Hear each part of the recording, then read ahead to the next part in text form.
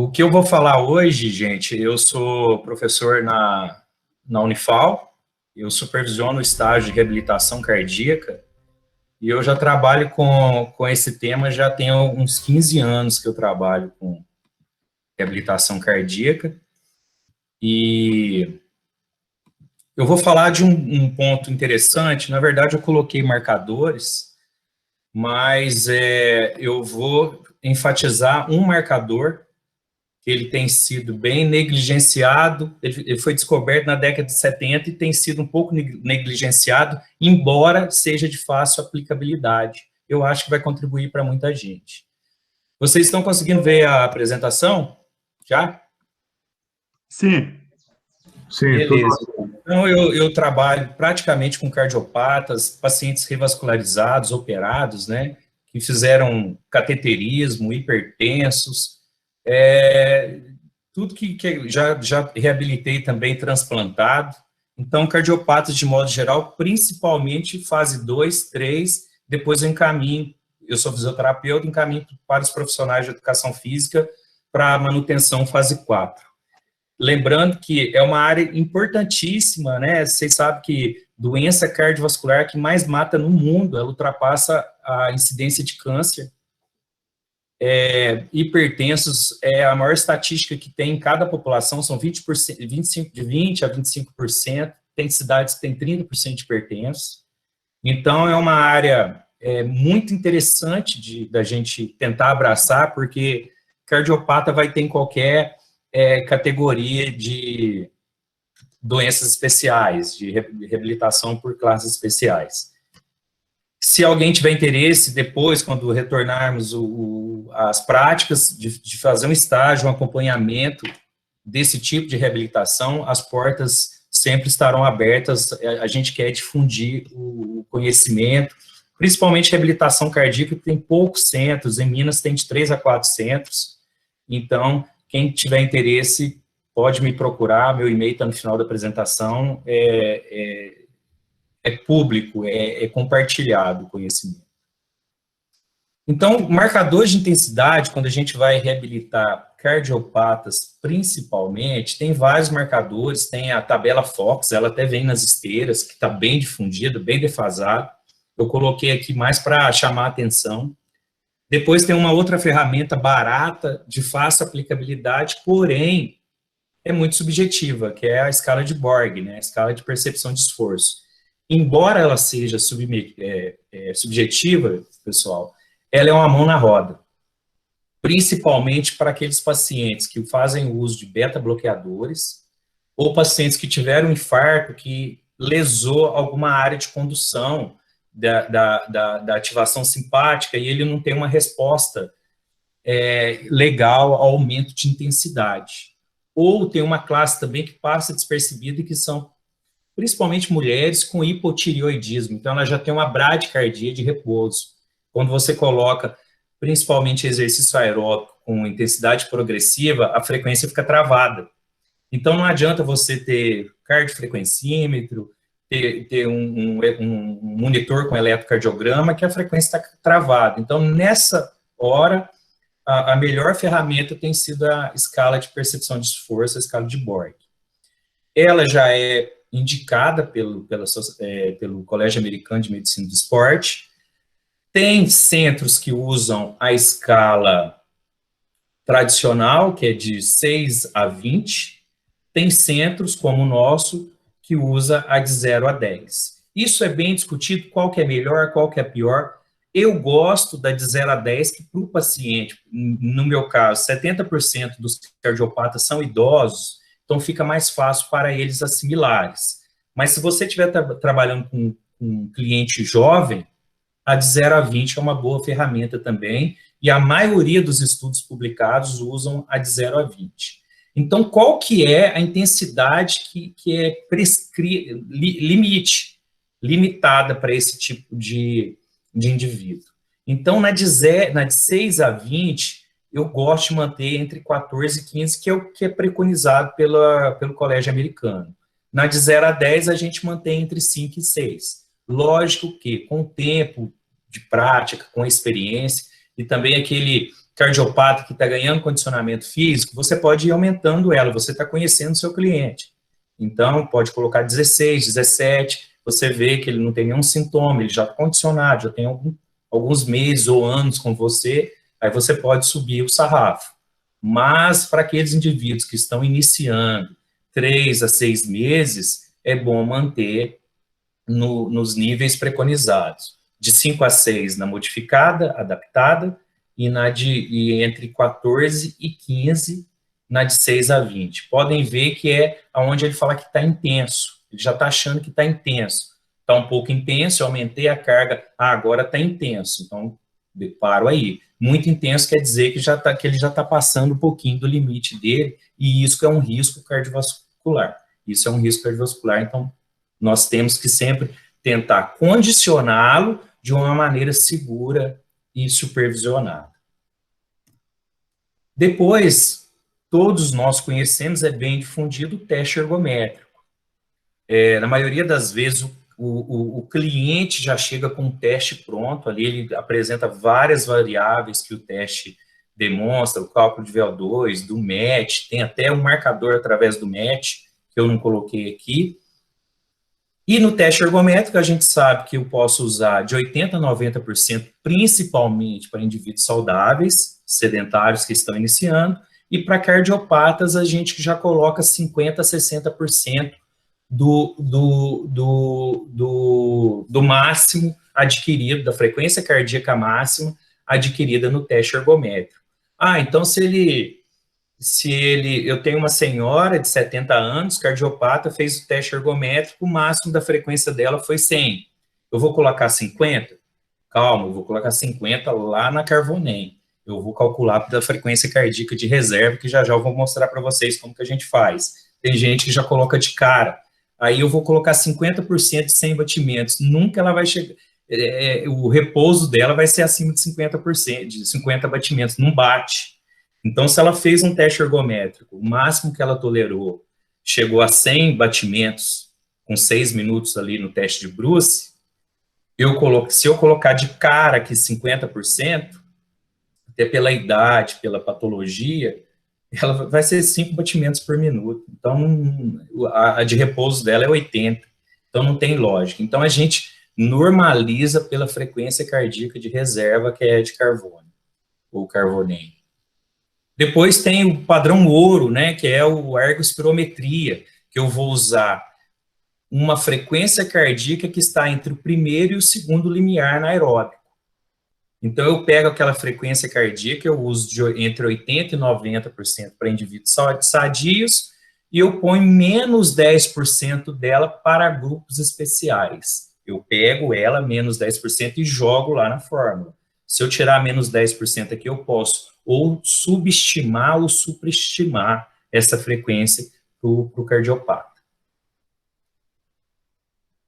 Aí eu cheguei aqui na fórmula de Carvonem, que é a frequência, que é a fórmula da frequência cardíaca de reserva. O interessante dela foi isso, que ela normaliza pelos valores de frequência cardíaca em repouso. Então, antigamente, até hoje é usado o 220 menos a idade. Olhem só como é que o 220 menos a idade é arriscado.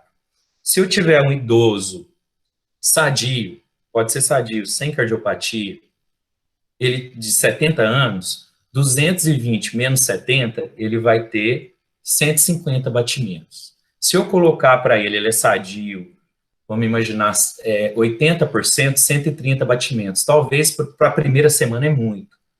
Se eu colocar 50 para ele, se ele for um cardiopata, que é uma faixa inicial entre 50 e 60, 220 menos a idade dá 150, são 75 batimentos, isso já é o repouso dele.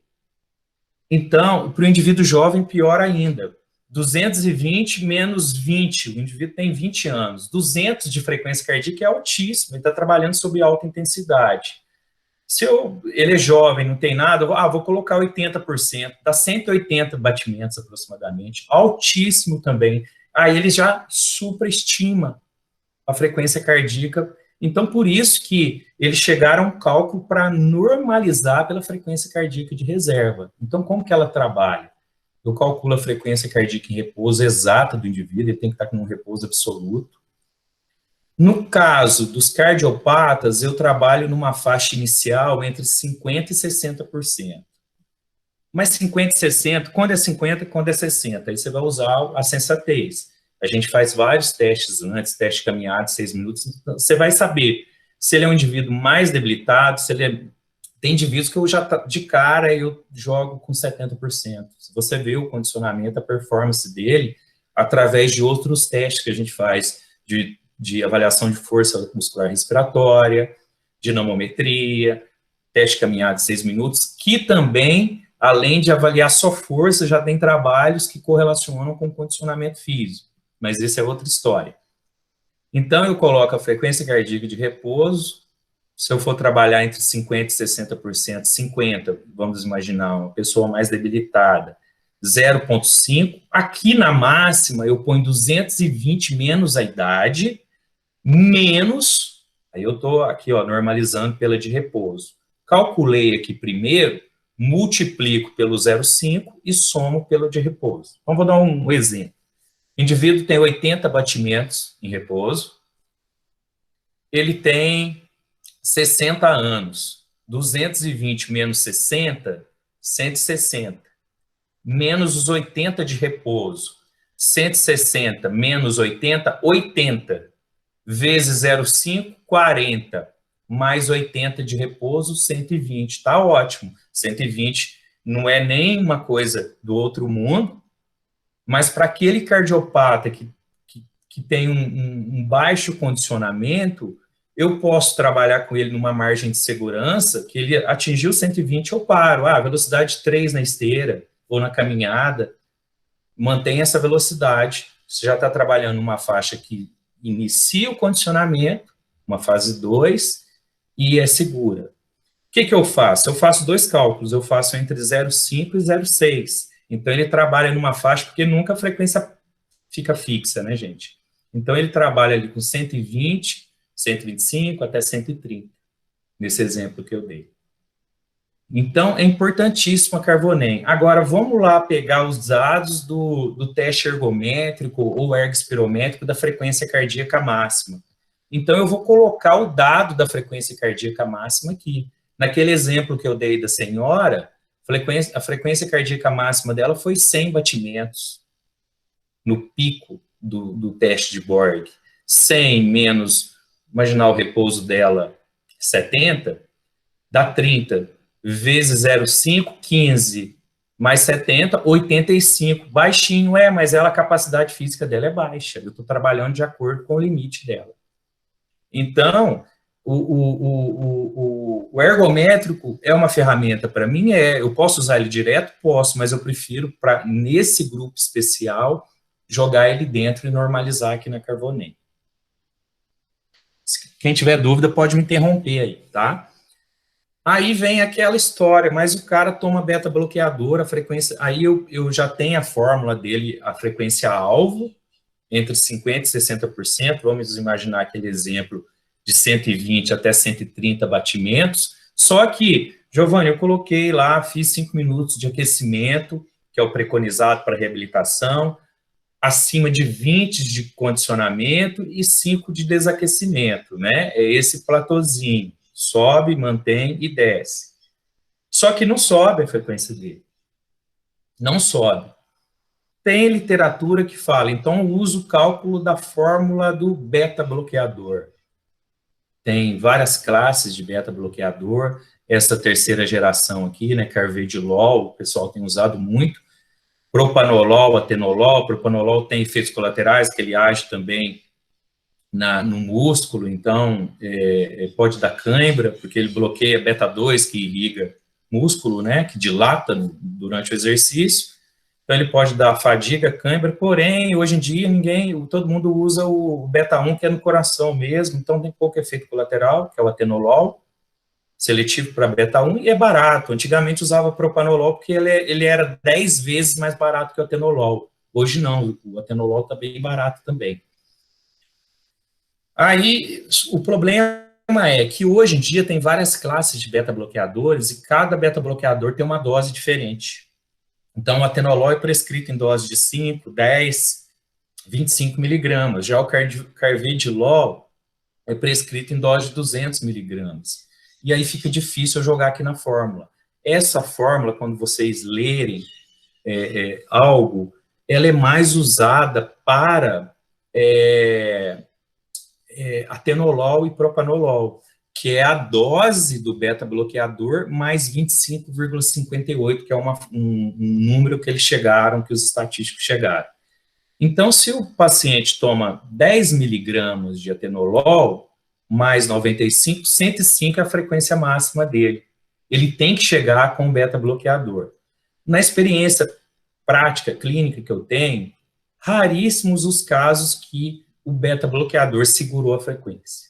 Raríssimos, mesmo quem toma carvedilol em 25 miligramas. É difícil segurar. Se estiver segurando, eu tenho uma ferramenta. Não chegou no meu cálculo da Carvone, eu uso lá o Borg naqueles valores que eu falei, de 0 a 10, entre 5 e 6. Eu tenho uma ferramenta. Hoje em dia já tem estudos em cima de novos beta-bloqueadores para calcular fórmulas para eles. Tem muita coisa nova. Tem estudos, porém não tem aplicabilidade clínica ainda. Então, olha só, isso aqui é uma coisa antiga, ultrapassada, só para eu mostrar para vocês que não pode pôr a cabeça em cima dessas doses. Então, tem trabalhos, até livros didáticos, já um pouco ultrapassados, que falam, se a dose do beta-bloqueador, atenolol e propanolol, for de 10 miligramas, eu vou abaixar 11% da frequência máxima dele. Se for de 200, eu abaixo 30%. Nunca dá certo isso. Igual eu falei, na maioria das vezes o beta-bloqueador não segura. Às vezes o paciente toma beta-bloqueador, a gente pensa que o beta-bloqueador está segurando, mas ele infartou numa região ali do coração, do miocárdio, o potencial de ação não está passando. Então não adianta, se ele tirar o beta-bloqueador, ainda vai continuar esse travamento do aumento progressivo da ativação simpática sobre a frequência cardíaca, tá? Pode acontecer do beta-bloqueador segurar? Pode, mas é raro, gente, é raro. Mas pode acontecer do cara ter uma arritmia devido ao infarto, que a frequência cardíaca não aumenta, um hipotireoidismo, que eu já tive paciente com hiperoidismo que não aumenta, aí a ferramenta é a escala de Borg.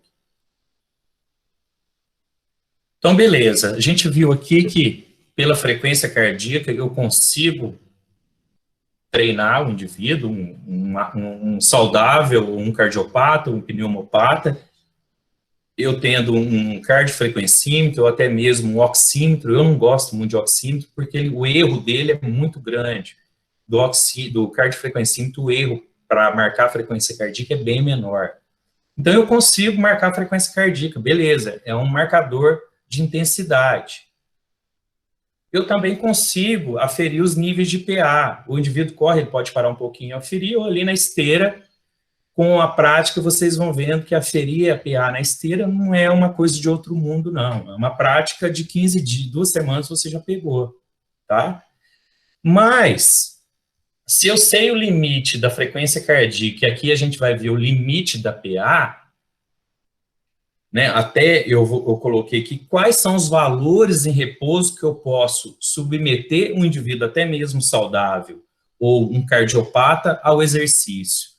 Quais os limites em repouso? Eu tenho que saber. Às vezes o indivíduo chegou com 160, 150, 170 de sistólica, 10 de diastólica, 9 de diastólica, 11 de diastólica, mas quais são os valores? Então, lógico que varia de paciente para paciente, a gente tem que fazer uma avaliação, mas há um parâmetro descrito na literatura, inclusive na Sociedade Brasileira de Cardiologia.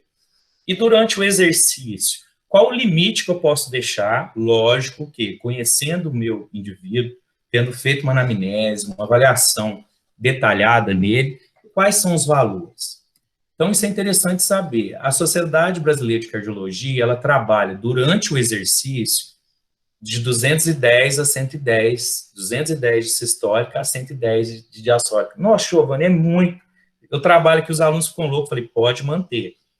Eu mantenho com 200 já por segurança, é 210 eu mantenho com 200, 110, lógico que ele não apresentou nenhum sintoma, não estou com dor de cabeça, não está pálido, está bem. E eu já conheço, eu venho treinando ele com o tempo, às vezes eu aumento a intensidade, se eu preocupar demais com esse limite aqui, ele não vai condicionar, eu vou ficar baixando a intensidade para a pressão baixar. Então, até esse limite, você pode. Às vezes, a pressão aumentou tanto, eu não cheguei na frequência cardíaca alvo. Hoje eu vou deixar. Se continuar aumentando demais, eu não conseguir condicionar ele na alvo, não chegar na frequência cardíaca alvo, eu encaminho ele de volta para o médico dele, cardiologista principalmente. Mas, às vezes, eu estou aumentando tanto, ele está evoluindo bem, é um cliente que já está mais de 6 meses comigo, eu estou aumentando a velocidade, a pressão dele aumenta em resposta ao exercício, que ela tem que aumentar, né, em até um certo grau de intensidade, até 200 por 110 eu mantenho. Em repouso, ele tem que estar com valores menores, de 180 a 100. Isso também é muito subjetivo. Eu tenho paciente que chega a 180 para 100, ele dá, aí quando ele já chega com a pressão alta, eu evito colocar na esteira, coloco na bicicleta. Ele dá 10 pedaladas, ele já vai lá para 210. Já passou o limite. Aí eu peço para ele voltar, às vezes ele está tenso, estressado, é o primeiro dia, ele está achando aquilo ali tudo muito novidade, está ansioso. Vai no segundo dia, evita tomar café, estressado, evita de chegar andando, às vezes ele chega andando, não dá nem para fazer o repouso direito, e eu já vou aferir o repouso dele, dá um falso positivo. Então ele tem que chegar, descansar, eu vou aferir ele lá, ele sentado, lá na entrada da minha academia, ou da minha clínica, enfim, pegar ele em repouso mesmo. Se ele chegou naquela hora, eu peço para ele sentar e esperar 10 minutinhos lá, para não dar um falso positivo. Mesmo ele em repouso ali de 10 minutos, dando 180 por 100, e aquelas 10 pedaladinhas que ele vai dar, ele estourar, eu peço para ele voltar de novo. Faço o mesmo protocolo. Não deu certo. Terceira vez, faço o mesmo protocolo. Encaminho para o cardiologista. Está com a pressão descontrolada. Porque às vezes é só naquela sessão que descontrolou. Isso acontece às vezes até com a gente. Mas se não está controlando, encaminho de volta. Agora, já aconteceu outros casos, acontece muito. Ele está com 170 por 100, ou por 90, que é até menor, igual a de diastólica, gente. 170 por 100, eu coloquei ele na esteira, ele ficou bem, não aumentou. Vou lá, aumenta a carga um pouquinho, não aumentou, aumenta um pouquinho, ela aumentou para 190, está dentro do limite, eu consegui realizar aquela sessão com ele não perdeu aquele dia. E aí eu vou fazendo isso, com 3 meses a gente sabe que o exercício ele reduz, ele controla alguns níveis de pressão arterial. Ele não vai suprir o tratamento farmacológico, ele vai ser um tratamento em paralelo, mas ele auxilia no tratamento. E aí vocês vão ver, eu tenho pacientes de 70 anos que a pressão era descontrolada, hoje está lá 130, 140 para a idade, né, por 100, eu consegui trabalhar e insistir um pouquinho ali dentro de todos esses parâmetros de precaução, né, com cuidado, e conseguir reabilitar. Porém, pode acontecer, aqui saiu do lugar um pouquinho, eu ter 2 casos, um cara, aqui vamos pensar em indivíduos saudáveis, um cara está fazendo supino reto, na terceira sessão progressiva, eu aferi a pressão dele, deu 170 de sistólica, 100 de diastólica, e a frequência cardíaca dele foi para 190 batimentos. Eu tenho outro cara que está fazendo esteira, fui aumentando a carga progressiva, 15, velocidade foi aumentando, quilômetros por hora, enfim. Ele chegou 190 de sistólica, 100 de diastólica e 140 de frequência cardíaca. Se a gente parar para pensar, aqui, ó, no pico do exercício de força, ele não passou do limite, e a frequência cardíaca dele passou. Vamos supor que eu tinha calculado para ele 80%, ele é um indivíduo saudável, passou um pouquinho. Só que a pressão não passou. Já o outro, a pressão está bem alta, não ultrapassou o limite, mas a frequência cardíaca não passou. Aqui a frequência está bem perto do limite, né? Esse cara corre risco, gente? O que vocês acham? Ele corre risco? Como que eu vou saber se ele corre risco ou não? Ele está lá em cima, dentro do limite de tudo. Olha só, o sistema cardiovascular dele está super sobrecarregado. E aí, nesse momento, ele não ultrapassou a frequência, a pressão, que é o preconizado, os limites máximos. Ele está dentro do limite da frequência. Mas está tudo muito alto. Como que eu vou saber se esse cara está correndo um risco de ter um aneurisma, de ter um AVC, de ter um infarto, porque a sobrecarga nele está altíssima. Aí vem a ferramenta que eu queria apresentar hoje para vocês, que é o duplo produto, que passa muito despercebido, ele é bem esquecido e é uma ferramenta que todo mundo pode utilizar. Então, o que é o duplo produto? É o consumo de oxigênio pelo miocárdio, a sobrecarga do coração. É se o teu coração está funcionando bem ou ruim. Se ele está fazendo a sístole e a diástole de maneira adequada. Se em altas intensidades, quando eu exijo muito dele, a sobrecarga que eu imponho a ele está passando do limite ou não. Ele está consumindo mais oxigênio do que ele pode. Isso é o duplo produto, que nada é que os batimentos, né, o consumo de oxigênio de acordo com a pressão imposta sobre o coração, que é a frequência cardíaca vezes a pressão arterial sistólica.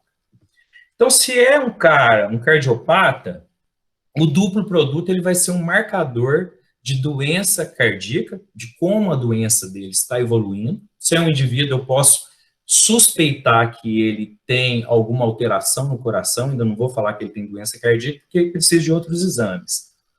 E se é um cardiopata também, eu vou ver o quanto está o risco dele, se está aumentado ou não, de mortalidade. Então, isso é legal a gente saber, ó. O duplo produto, durante o exercício, ele tem que estar entre 27 mil e 30 mil para indivíduos saudáveis. Desculpa, ele tem que estar abaixo de 27 mil para indivíduos saudáveis. Se ele ficar nessa faixa de 27 e 30 mil, não sei que seja um cara maratonista, um fisiculturista de ponta, mas se for um indivíduo saudável que quer praticar atividade física em alta intensidade, ele não pode ultrapassar de 27 mil, é maléfico. Em repouso, nós não podemos ultrapassar 10 mil, porque quanto acima for de 10 mil de duplo produto, maior é o risco cardiovascular. Aqui a gente vai entender isso. Ó. O indivíduo normotenso, tem a pressão controlada, ele tem uma pressão de 120 de sistólica por 80 de diastólica. E a frequência cardíaca em repouso dele é 80. Como o duplo produto é 120 vezes 80, a sistólica vezes a frequência cardíaca, como ele tem, ó, a gente já vê de cara valores normais, né? Um pouquinho sedentário aqui. Ele vai ter um duplo produto de 9.600, está abaixo dos 10 mil, que aumenta o risco cardiovascular. Agora, um indivíduo com a pressão mais alta, ele tem 150 de sistólica e 90 de diastólica. E tem uma frequência cardíaca de 90 batimentos por minuto. Olha o duplo produto dele em repouso. Você já começa a suspeitar que o risco cardiovascular dele está aumentado. A gente vê isso, ó, a pressão dele no coração está aumentada. E ele está mal condicionado, ele está batendo demais para tentar manter aquele débito cardíaco para suprir as células do corpo, para levar oxigênio e nutrientes para as células do corpo. Então, é um cara que tem um alto risco cardiovascular. Agora, vamos ver aqui no exemplo quanto que estava o duplo produto desses caras aqui. Deixa eu fazer o cálculo aqui. Então, o indivíduo do supino reto, ele tem 170 de sistólica vezes 190 de frequência cardíaca. Ele tem um duplo produto de 96 mil. Altíssimo, gente. Altíssimo. Agora vamos ver o da esteira. Ele tem 190 vezes 140. 26.600. Deixa eu calcular o outro de novo. 170. Pus errado. 170 vezes 140, 190. Desculpa, o primeiro ele tem 32.300 de duplo produto. O segundo, ele tem 190 vezes 140. 26.600.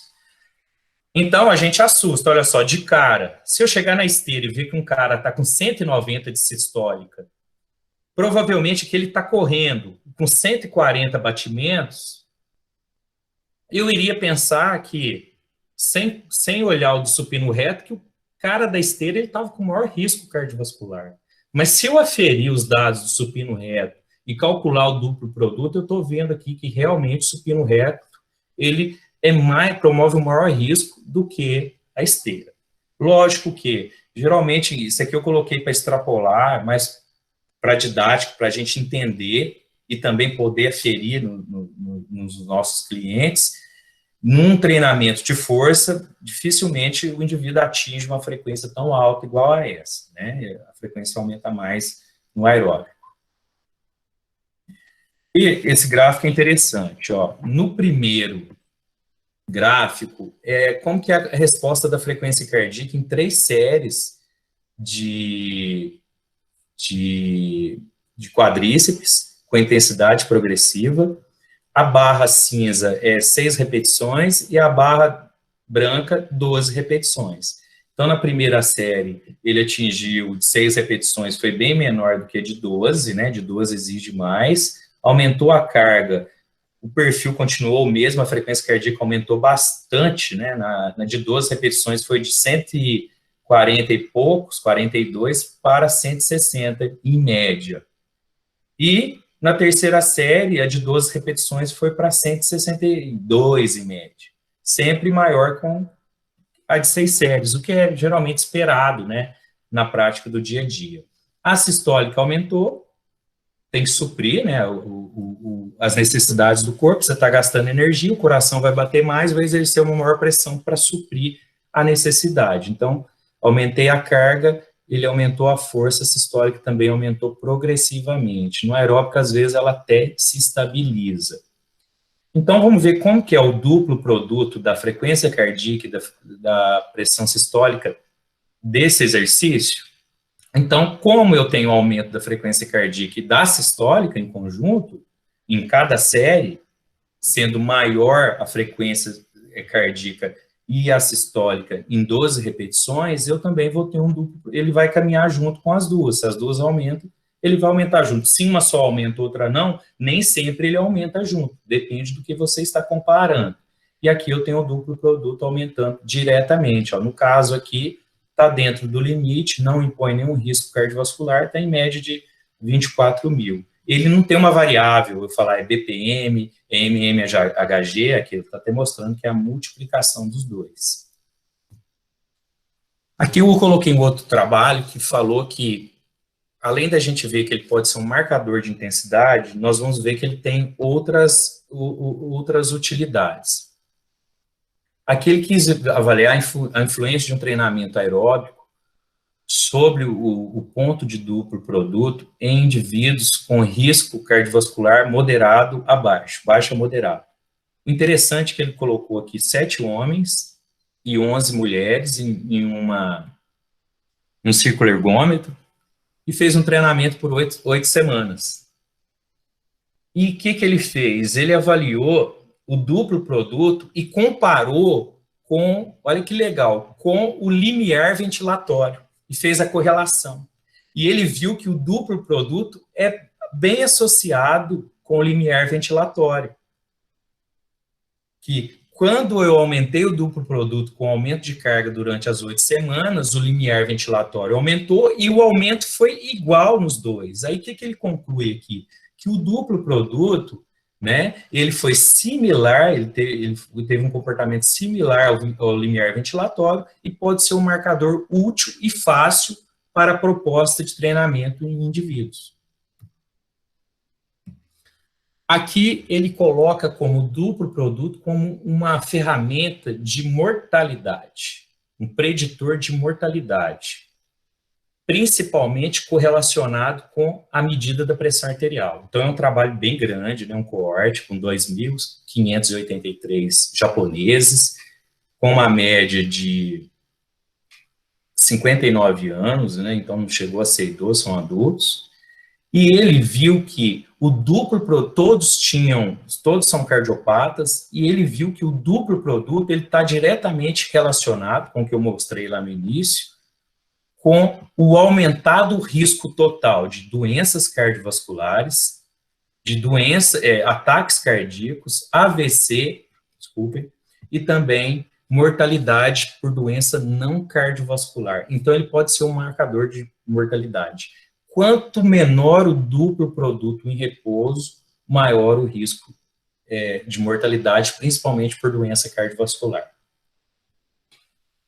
Aqui um outro trabalho, né, um trabalho do grupo brasileiro, pela Revista Brasileira de Hipertensão, que eles avaliaram que a redução da pressão arterial e do duplo produto em repouso após um treinamento de exercício de força em mulheres hipertensas, idosas. O trabalho foi realizado num grupo com 20 idosas e num outro grupo com 27 idosas com tratamento farmacológico. Eles submeteram elas a um exercício de força por 12 semanas, 5 tipos de exercício de força numa academia, e eles verificaram que após o exercício de força teve uma redução significativa de 10 milímetros de mercúrio na sistólica, de 6 milímetros de mercúrio na diastólica e de 2.218 no duplo produto, que é o que está mostrado nesse gráfico aqui, ó. Ele teve uma redução, eu não falei que quanto maior o duplo produto em repouso, principalmente maior que 10.000, maior o risco cardiovascular. Então, o duplo produto, ele além de ser um marcador de mortalidade, eu posso ver que o exercício reduz ou não esse risco de mortalidade. No caso aqui, o exercício reduziu quando comparado ao controle. O controle manteve-se, ele não fala aqui o valor, mas o grupo treinado teve uma redução de 2.000 pontos no duplo produto.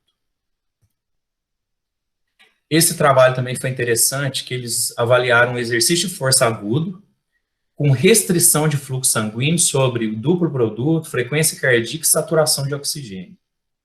Aqui eles utilizaram já indivíduos saudáveis, submetidos a um treinamento de baixa intensidade e submetidos um treinamento de alta intensidade, de baixa intensidade e também submetidos a um treinamento de baixa intensidade com restrição de fluxo sanguíneo. O que eles viram? Que houve, aqui é o grupo controle não exercitado, nessa barra maior, que no exercitado agudo, houve um aumento do duplo produto, tanto no exercício de alta intensidade, quanto de baixa com restrição de fluxo sanguíneo, comprimiram a coxa, e não teve diferença entre os grupos. O duplo produto aumentou, que era esperado, aumentei a frequência cardíaca, aumentei a pressão arterial, talvez poderia esperar até um maior aumento no duplo produto do indivíduo com isquemia, mas no duplo produto não vai o diastólico. Então, a isquemia, aumento da resistência vascular ali, ele aumenta muito a pressão diastólica, não a sistólica, né? Eu avalio o duplo produto mais pela pressão no coração. Mas ele viu que esse aumento nos indivíduos com baixa intensidade teve uma redução que foi mais acentuada ainda na saturação de oxigênio. Engraçado que no exercício de alta intensidade, eu tenho um aumento do produto, mas eu não tenho uma redução da saturação de oxigênio. Às vezes o indivíduo, ele inspira mais, ele ventila mais, então é onde ele auxilia muito nessa manutenção, principalmente pela inspiração do oxigênio sanguíneo. Aqui é um outro trabalho interessantíssimo, por isso que eu falo que ele pode ser uma ferramenta aplicada em tudo. Eles viram a importância do duplo produto no teste de caminhada de 6 minutos, que também é um teste fácil de ser aplicado, como um preditor de função do miocárdio. Então, os indivíduos foram mais de 400 indivíduos submetidos a um teste de caminhada, indivíduos divididos em 2 grupos, a barra clara aqui é o grupo sadio, sem insuficiência cardíaca, e a barra escura, indivíduos com insuficiência cardíaca. O que eles viram?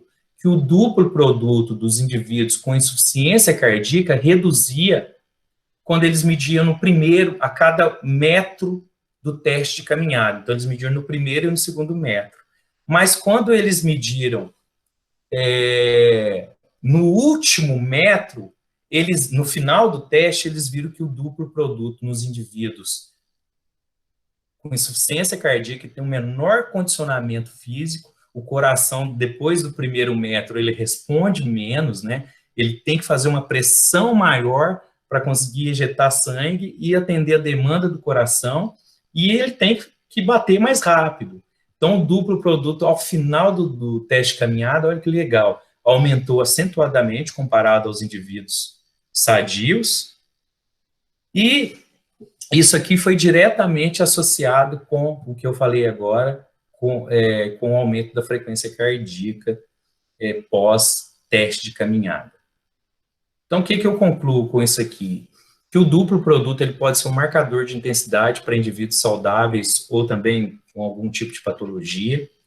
Ele pode ser um instrumento utilizado para avaliar o grau de condicionamento do indivíduo, até mesmo a mortalidade.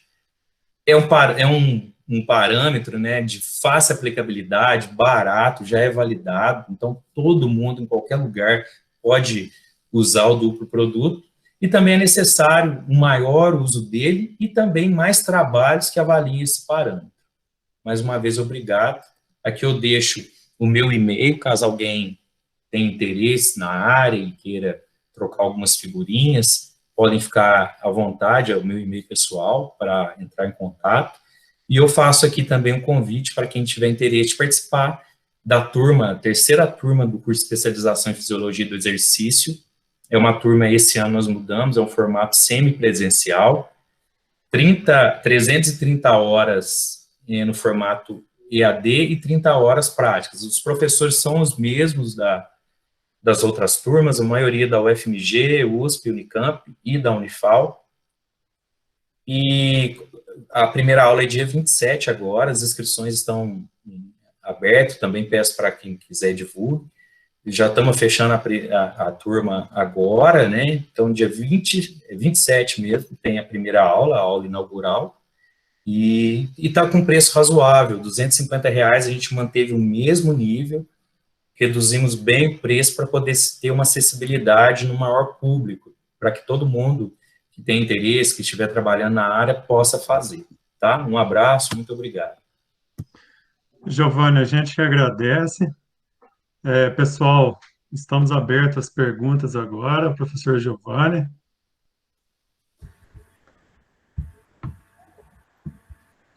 Fala, Wander, fica à vontade, Wander. Bacana demais aí, cara.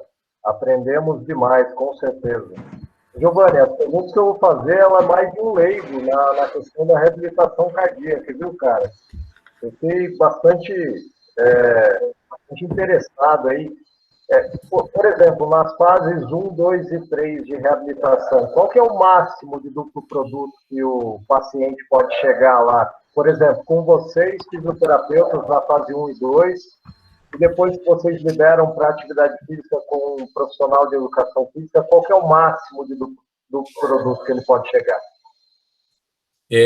Ótima pergunta. Na fase 1, a gente só quer que o paciente volte a rotina de vida diária, que ele vai ter, a gente reabilita ele no hospital, não pensamos em aumentar a frequência cardíaca, não pensamos em condicionar, a gente só quer ver como que tá as variáveis clínicas dele, se a frequência, se ele não está tendo queda de pressão ou de frequência cardíaca quando ele fica em posição ortostática, quando ele vai deambular, então ele vai voltar aos poucos, porque o cara operou do coração, infartou, ele está morrendo de medo, ele acha que tudo que ele fazer, ele vai voltar a sentir aquela dor que ele teve, o risco que ele teve de morte.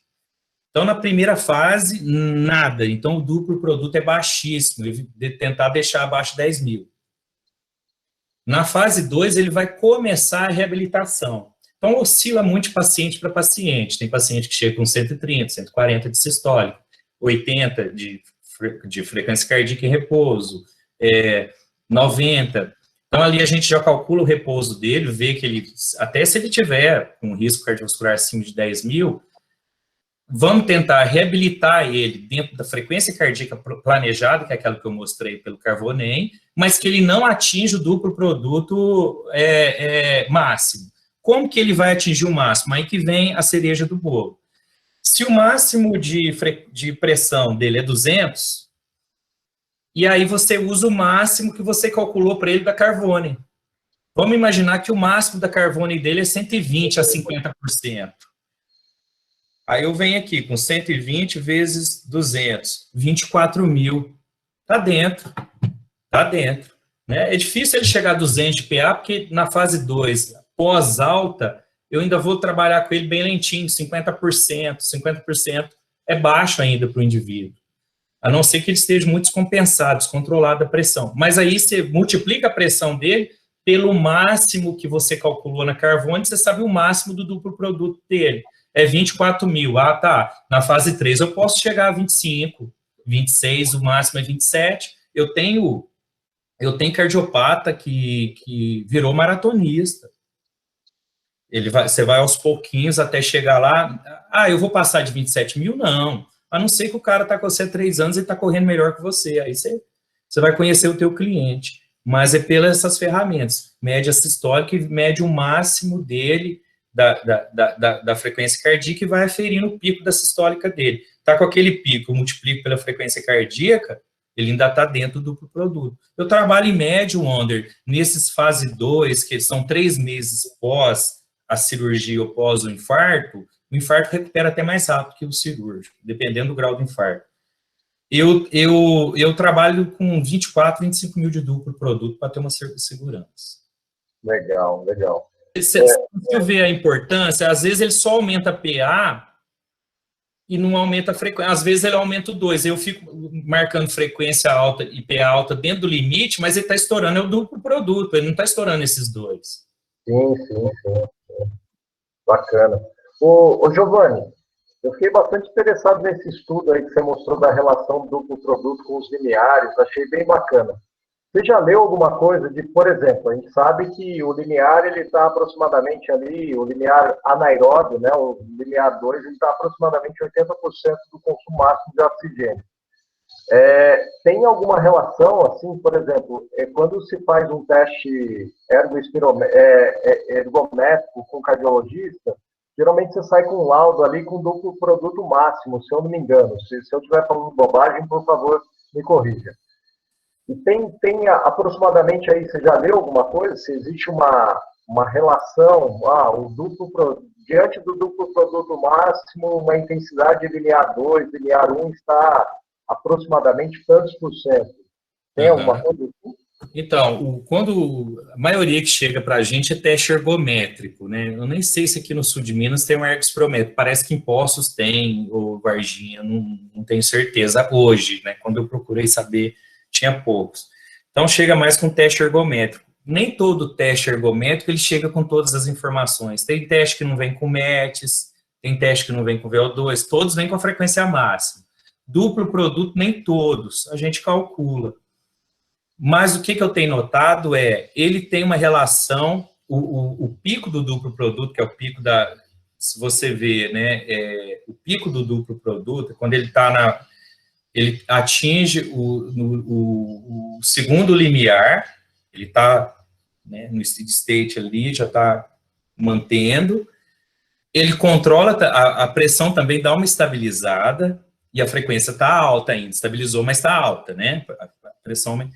E aí, o que os trabalhos têm notado é que com o segundo limiar, eu tenho uma relação direta com o duplo produto. Bacana. Agora, o valor de cabeça eu não tenho, mas aquele trabalho tem, Wander, depois eu te passo. Não, bacana. Eu acho que vai ficar gravado aqui, né? Vai sim. Isso, eu até tirei uma foto e postei lá no grupo, mas dos primeiros eu não consegui, porque ficou meio borrado. Aí depois, mas qualquer coisa está gravado aqui também. Qualquer coisa eu te passo também, sem Tá joia, ótimo. Giovanni, eu prometo que é minha última pergunta. Fica à vontade.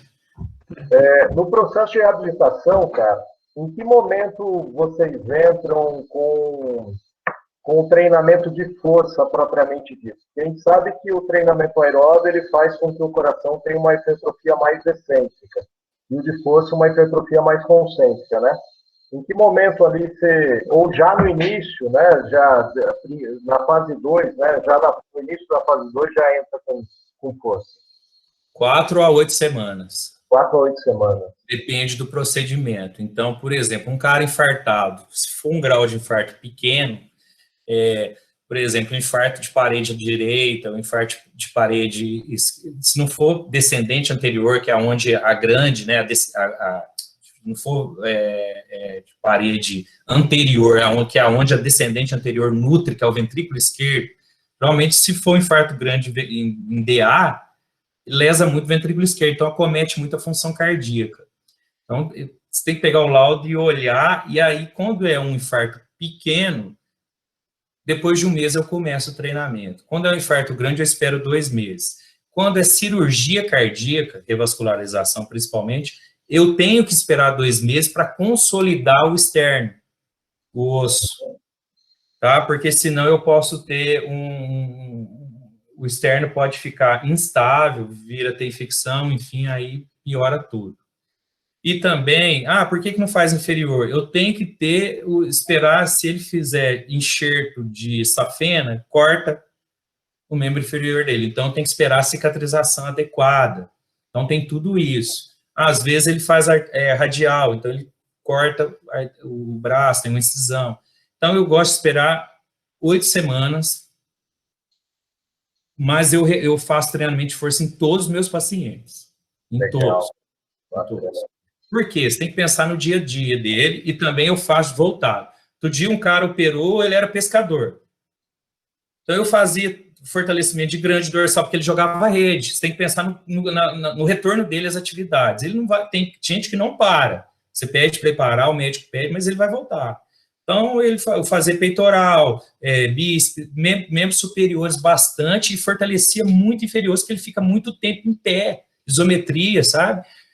Na canoa, trabalhava equilíbrio. Então, você tem que pensar na rotina diária dele, mas treinamento de força a gente sempre faz, de modo personalizado. Tem gente que abdominal, enfim, depende de cada paciente. Bacana demais.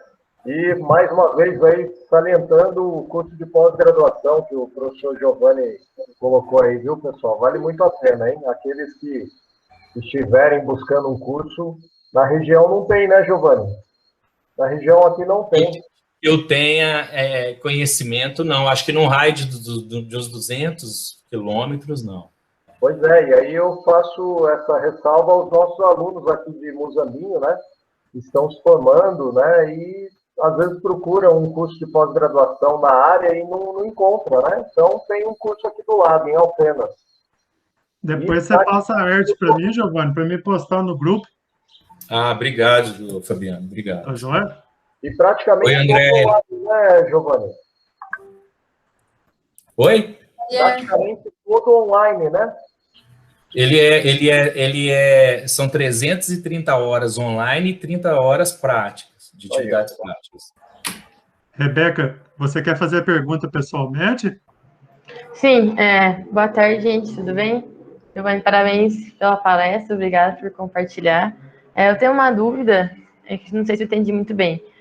Você utiliza, então, do produto como um marcador mesmo durante o treinamento de reabilitação com seus alunos. Então, assim, supondo, se um aluno ele atingiu essa margem aí maior que 27 a 30 mil, você vai parar o exercício ou diminuir a intensidade, ou você usa ele só como um preditor mesmo de risco cardiovascular? Durante um teste você fez, prediz, então, ele tem risco, ele não tem risco, ou você usa como marcador mesmo? Oi, Rebeca, obrigado pela pergunta, boa pergunta. Uso para os dois. Eu uso como marcador de intensidade, porque às vezes ele está no limite da pressão, no limite da frequência que é calculada para ele, mas ele já estourou o duplo produto. Então, eu sei que se ele estiver estourando o duplo produto, aí eu reduzo a carga, principalmente a intensidade, velocidade da esteira, ou a carga do treinamento do exercício de força, mas também pelo duplo produto. Quando eu avalio meu paciente, primeiro dia que ele chega, eu sei se ele tem um risco aumentado ou não cardiovascular. Se estiver acima de 10 mil, você sabe que a carga imposta no coração dele está consumindo muito oxigênio, o coração dele está trabalhando demais, a pressão está alta, a frequência cardíaca em repouso está alta, então ele tem um risco cardiovascular. Tá? Entendi. E aí, outra coisa, ainda sei do condicionamento dele, aí eu vou avaliar ele, coloco um teste de caminhada. Às vezes, no teste de caminhada, ele já estoura o duplo produto, eu sei que ele está altamente descondicionado. Entendi. E tem alguma condição, alguma situação em que, já que você afere a pressão, né, em que você também dá atenção à pressão diastólica, vamos supor, às vezes do produto está equilibrado e a diastólica ali está com alguma alteração. Tem alguma situação em que você também se atenta à diastólica? Ela é importante também. Se ele em repouso tiver com a diastólica nos valores entre 100 e 110, é contraindicado ele realizar atividade física. Por quê? Na atividade física, ela não pode passar de 100. Então, a diastólica é a carga imposta contra a injeção sistólica, né? Contra a injeção do sangue, vamos dar um exemplo aqui, o coração esquerdo pelo ventrículo esquerdo. Se ela está muito aumentada, o sangue tem que fazer muita pressão, o coração tem que fazer muita pressão para bombear aquele sangue. E aí essa pressão pode refletir nas coronárias, pode refletir nas artérias cerebrais, ele tem um infarto ou um acidente vascular. Beleza, entendi. Obrigada. Então, é sempre bom você iniciar a atividade, ele tem que estar com valores abaixo de 100. Se tiver 100, não pode passar de 100 na esteira, ou num treinamento de força, tá? E sempre estar supervisionando esse valor de diastólica, ela também é uma ferramenta.